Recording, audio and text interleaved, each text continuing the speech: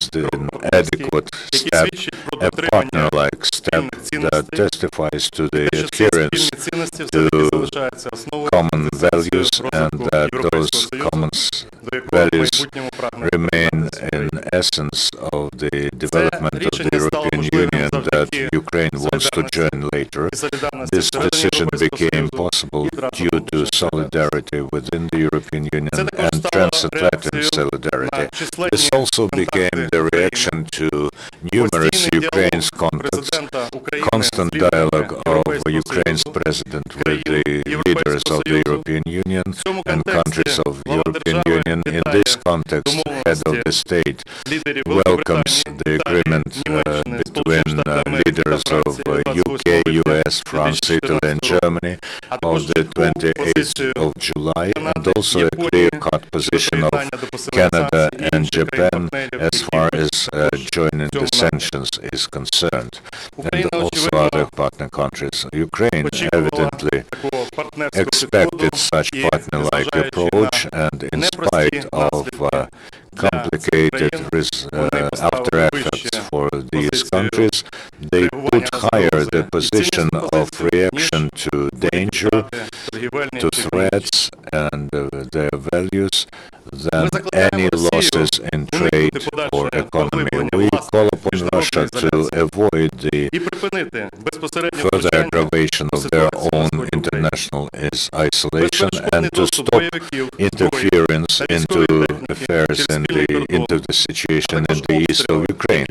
Unhindered access of militants and weapons as well as shelling from the territory of the Russian Federation has to stop immediately. The Russian leadership has to understand that the logic of the export of terrorism does not have any future and will always meet the logical response from the international community. At the moment, Ukraine is carrying out active diplomatic efforts with different countries, especially after the terrorists have shot down the airplane of Malaysian Airlines, where 298 people died. This terrorism has to be punished, and also those who took part in it. So the recognition of the so-called Donetsk and Luhansk People's Republic and other quasi-republics by terrorist organizations, this is something that different international organizations and countries are looking upon. We think that the normalization of relations in the future of Ukraine with Russia and the European Union with Russia is impossible without the stoppage of the illegal annexation of Crimea. We don't want to put this problem into shadow. It also found its response in the sanction list introduced by European Union and the USA, which was mentioned by the President of the USA, Barack Obama, and we think that Crimean issue is on the agenda, and the official position of Ukraine that Crimea was, is, and will remain Ukrainian. Of course, this will take time, but we are working on the legal package that will make this decision possible in the future. We hope that by joint efforts of the entire international community, we will be able to convince our neighbors to stop the aggression against Ukraine, to restore territorial integrity within the borders recognized by the international community law, and come back to solve problems of other character. The alternative way is the way of further isolation of Russia.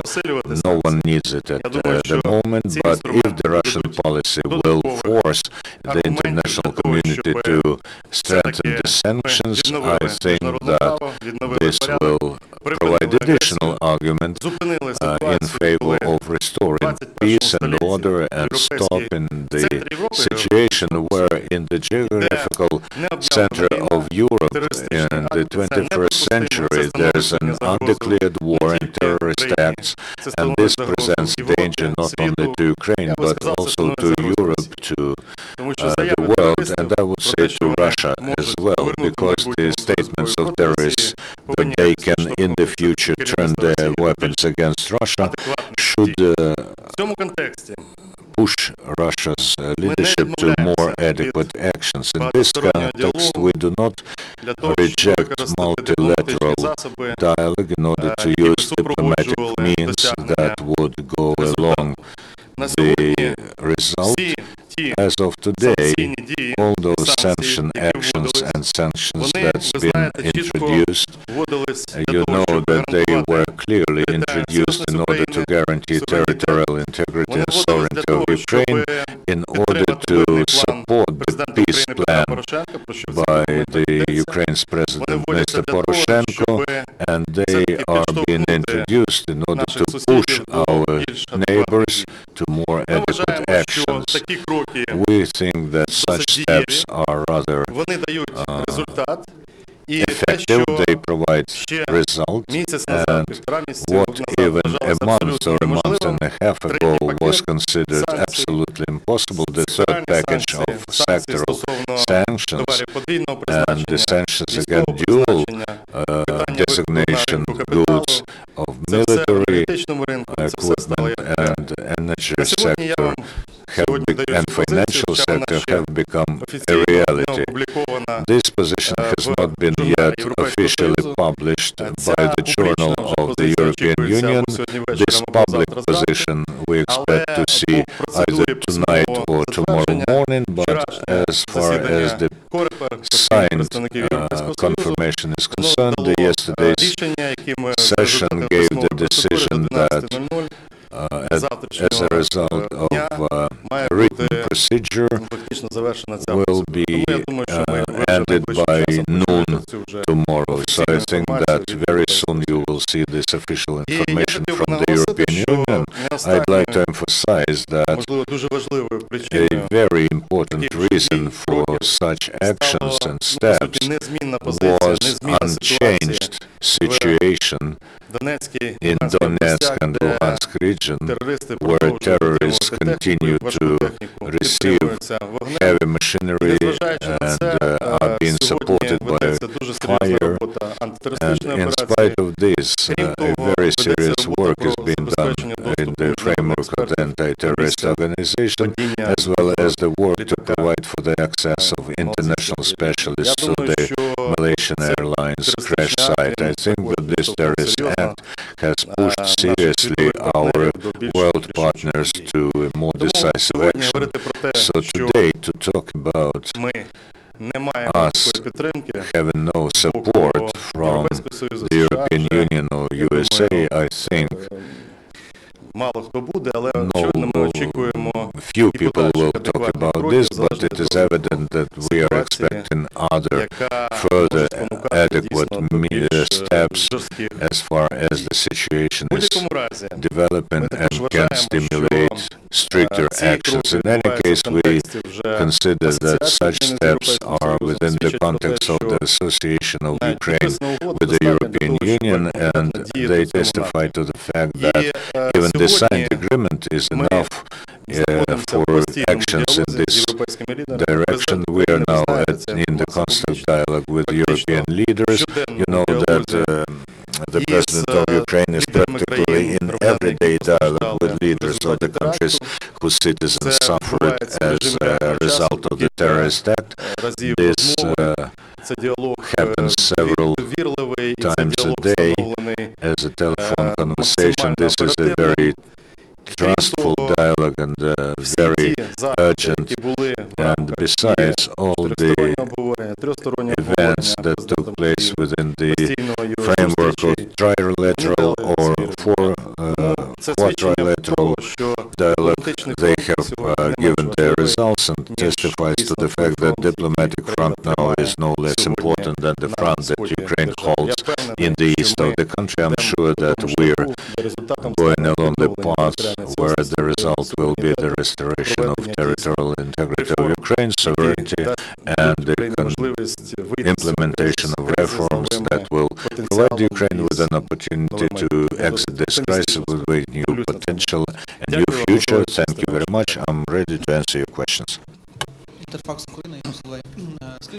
Could you please tell where is the draft law on ratification of association agreement with the EU? In which of the ministries, and when will this draft law be submitted to the Parliament for ratification? First of all, I thought you will ask about ratification of agreement with Australia on ensuring protection for the mission of experts, and that is what we expect to happen tomorrow at the meeting of the Parliament. For us, it is as important as strategic documents, which can wait for some time. There's no problem with the schedule.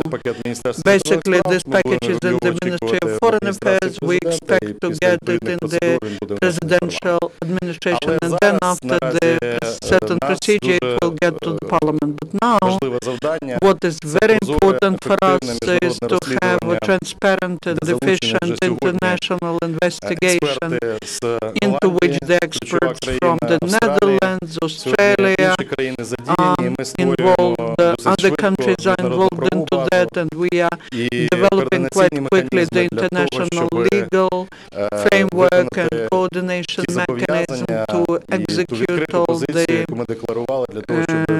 commitments declared by us to ensure international investigation as soon as possible. This is the work going on 24/7, 24 hours a week, a day, 7 days a week. And besides what you've mentioned, besides the association agreement, we are working on the additional program of implementation of association agreement. It will, at least part of that will be submitted as the draft law to the Parliament, because these are tasks not just to the executive branch, but to the National Bank, which are not, and other institutions which are not under the Cabinet of Ministers. And I believe that the draft law will also be submitted, and I also suggested in the Parliament, so that not just our partners see it, but the members of the Parliament as well, so that there is a joint responsibility of the Parliament, government, and the President, not just for technical ratification, but for implementation of this program of modernization, which is basically the association agreement. And I'm sure that the implementation program will be prepared and it will be submitted to the Parliament as well. And we also are working on preparation of the International Donor Conference. In such conditions, we need additional resources which will allow us to implement everything that is in the association agreement. So three processes: the process of passing the association agreement and ratification of it, and the President of Ukraine personally thanks every country, and there are 4 of them who ratified the association agreement. Then secondly, what will be the action plan, and third, how will this action plan be financed and implemented. We are looking at it comprehensively. The President and the government are working together, and we hope that part of the Parliament became the part of this process. Japanese TV, could you please confirm the information on tomorrow's meeting in Minsk? Is there any or can you tell how many participants, who will be participants? Maybe you will be one of the participants. Yesterday, in the result of successful operation, 17 Ukrainian hostages were liberated, and the President of Ukraine, talking to them, mentioned that the issue of hostages, liberating those who are in captivity, is a very important priority for him. Within this context, one of the ideas is to try and have and dedicate the next meeting of the contact group to two issues. First, the access of international mission of inspectors to the crash site, and you know it's very difficult there because today the militants control the zone and they create problems. It's difficult to get there. A lot of work is going on, but it's very difficult to ensure the implementation of that decision. And the second one is hostages, liberating the hostages. For that, Ukraine has made many steps to resolve these issues. We are not talking about negotiations with the terrorists. We're talking about how to address key important problems. And the problem was, where can we meet? And there was an idea which hopefully will help do that, to have the meeting in Minsk. Yesterday, the President of Ukraine had a phone conversation with the President of Belarus, Lukashenko, and the position of Belarus is Belarus and Lukashenko personally can help organize such meeting. It will be independent, but if this happens in Minsk, such support is very useful for us. And in this case, I believe that's a partnership step from the leadership of Belarus. It's planned that this meeting at the level of the experts may take place in the nearest days. Ideally, this could be tomorrow. And then we hope to have the meeting of the contact group. You know who's in the contact group. That's the second president of Ukraine, Kuchma, Haile Telavini, the representative of OSCE, and Zurab, the ambassador of Russia to Ukraine. So we do not have the official representative. That is why I will not be there as well as other official representatives. But I believe that Leonid Kuchma, with all his experience and the status of the president of Ukraine, which is always the status of the president, he is doing everything to protect the national interests. I do hope that the decisions made there will help us progress in the two issues I've mentioned. Microphone. And some of the hostages were liberated. What will happen with others? Every operation like that is not announced publicly before it's done. So till the last moment, till yesterday, it was kept secret, not to create any problems. The President of Ukraine was involved into coordinating all the actions. I can tell you that obviously there's an issue. We have two issues. First, the hostages who are on the territory of Ukraine. We can do certain things like yesterday, but we have hostages on the territory of Russia. Sintsov and Nadia Savchenko, who, despite all the attempts, because that has become a notorious case, but we are trying to have this included into different international documents. But even now, our consul is not allowed to see her, and that is the violation of all bilateral, multilateral international agreements, because our person is kept illegally in different countries. The lawyers are working on that, talking about those who are on the territory of Ukraine. We know their names, we know where they are, but these are further operations which bring us more positive news in the future. Andrew Roth for the New York Times. Вы понимаете по-английски или я могу по-русски? You can't speak in any language, please. Well, I wanted to ask quickly about the crash site for the Malaysian airplane. As you well know, fighting continues there today and yesterday, and inspectors haven't been able to actually get to the site yet. And one thing that the military spokesman said was that one of the problems is that the site is controlled by separatists in East Ukraine, and Ukraine won't subject international inspectors to danger there. My question is, can there be an investigation at the site if the Ukrainian military doesn't control the crash site?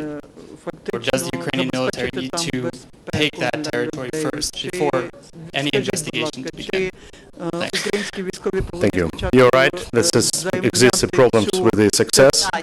Yesterday and today just finished the coordination meeting leading by Vice Prime Minister Grossman with participation of MFA, MOD and New Zealand leadership and Australians and other our partner countries experts.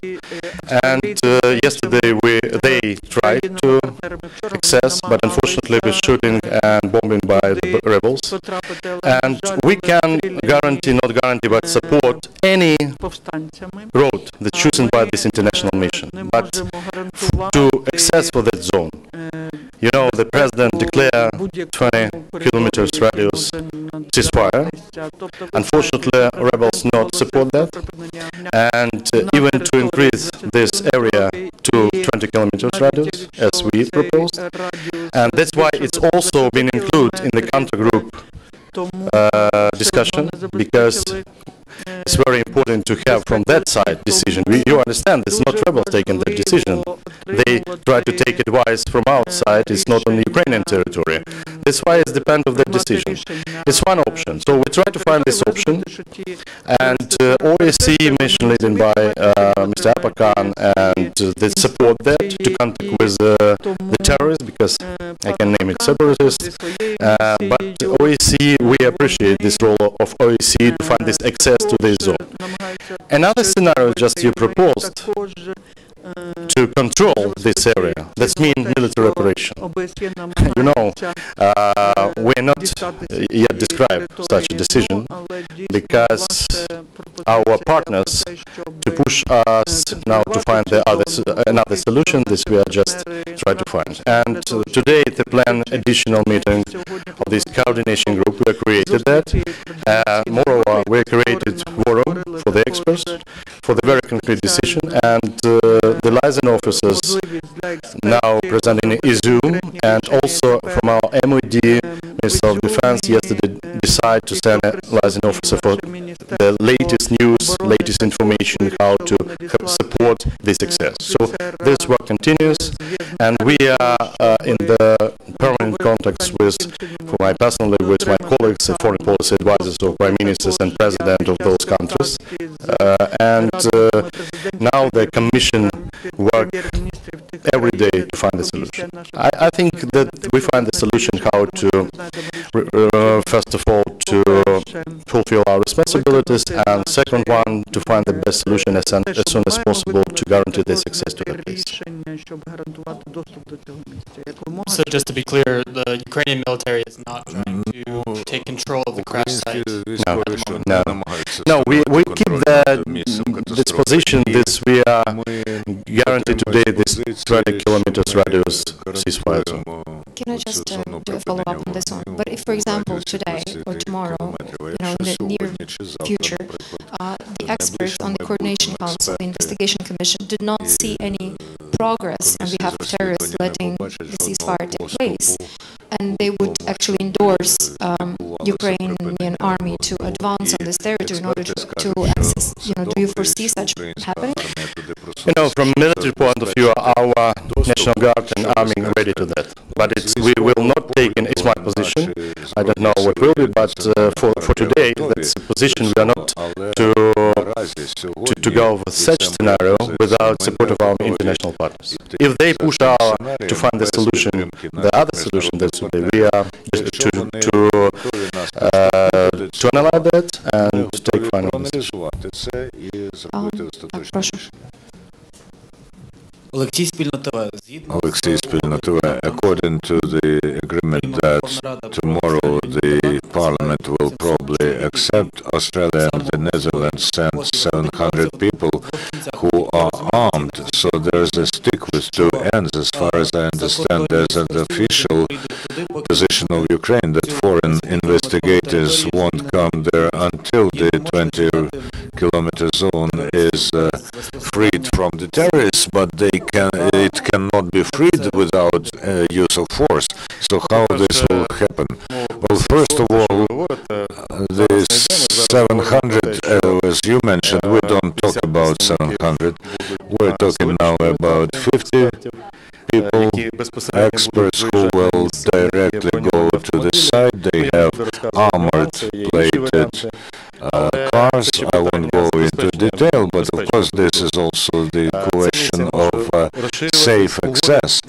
This mission can be increased, and the agreement only provides for the framework. Now we don't have plans for them to enter the zone with arms, and the Netherlands are sending their experts unarmed, and this is one of real conditions for the access to this zone, although the agreements do allow for various scenarios, and I think that the speed of investigation depends on the number of people, but the partners coordinating with the Ukrainian side will decide how many people they want. Now we're not talking about 700 or 1,000. I think that we may increase the number to 100, but of course there are many more experts in Ukraine now, in Kharkiv, in Donetsk. The groups are ready to work, and I think that, I hope that this agreement, the President will technically, from the point of view of international relations, we have drawn it, and the President held a meeting with leaders of factions and the Speaker of the Parliament, and they talked about these decisions, which are the reason for tomorrow's session. Besides, today we are looking into Malaysian proposal, and the position there is different from the Netherlands and Australia, but I think that Ukraine, from its side, is regularly exerting every help in order for our partners to feel that we are in the mood for cooperation, and the President is also ready for constant dialogue, personal dialogue, and I think that in many cases he personally coordinates this work through his representatives, and this is a priority task now. Do you believe there is no conflict of interest whatsoever between the strategic interests of the Ukrainian army and the investigation by the Dutch, among others, whatsoever? Is there no conflict of interest there? Be frank with you, yes, we have this conflict, because the last week's successful operation and release of the cities, and now more than 60 towns, villages, cities in this region, and more than 1 million people released, and normal life now introduced in Slavyansk, Kramatorsk, Hades. Definitely this operation to lead us for the very important solution. And in that case, rebels sometimes try to use international investigation to stop this operation. We see that.